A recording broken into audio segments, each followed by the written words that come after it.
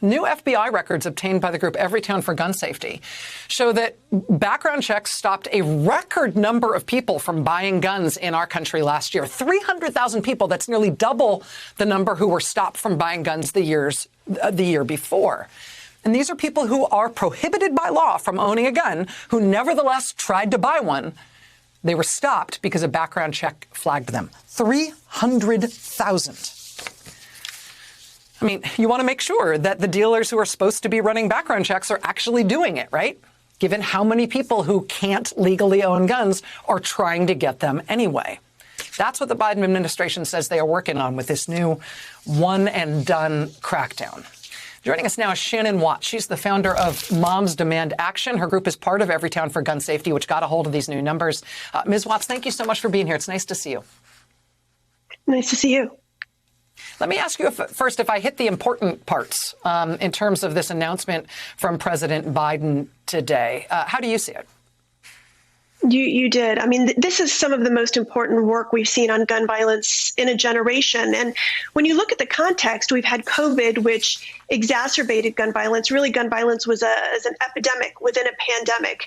And as you said, we saw a record number of gun sales in 2020. About 40 million background checks were conducted, and that's 40% more than the year before. We estimate about 22 million guns were purchased in 2020, a 64% increase over the year before. And obviously, the pandemic and those gun sales were emerging from the pandemic, and now we're seeing gun violence get even worse. I mean, that's sort of the logical outcome. And so President Biden's approach is so important. He is taking strong action on ghost guns and funding intervention programs, nominating a strong leader to the ATF. But we need Congress to act. We need federal laws. Finally, after 25 years, right now we are all only as close as we're all only as safe as the closest state with the weakest gun laws. And you mentioned trafficking. We know guns from states with weak gun laws are being trafficked into states with strong gun laws. And so we really do need the Senate to finally pass laws like background checks.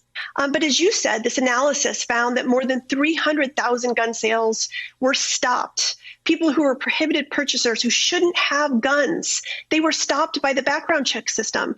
But we know about a quarter of all guns in this country every single year are sold without a background check, right? There are all these loopholes in our system that they're able to get through.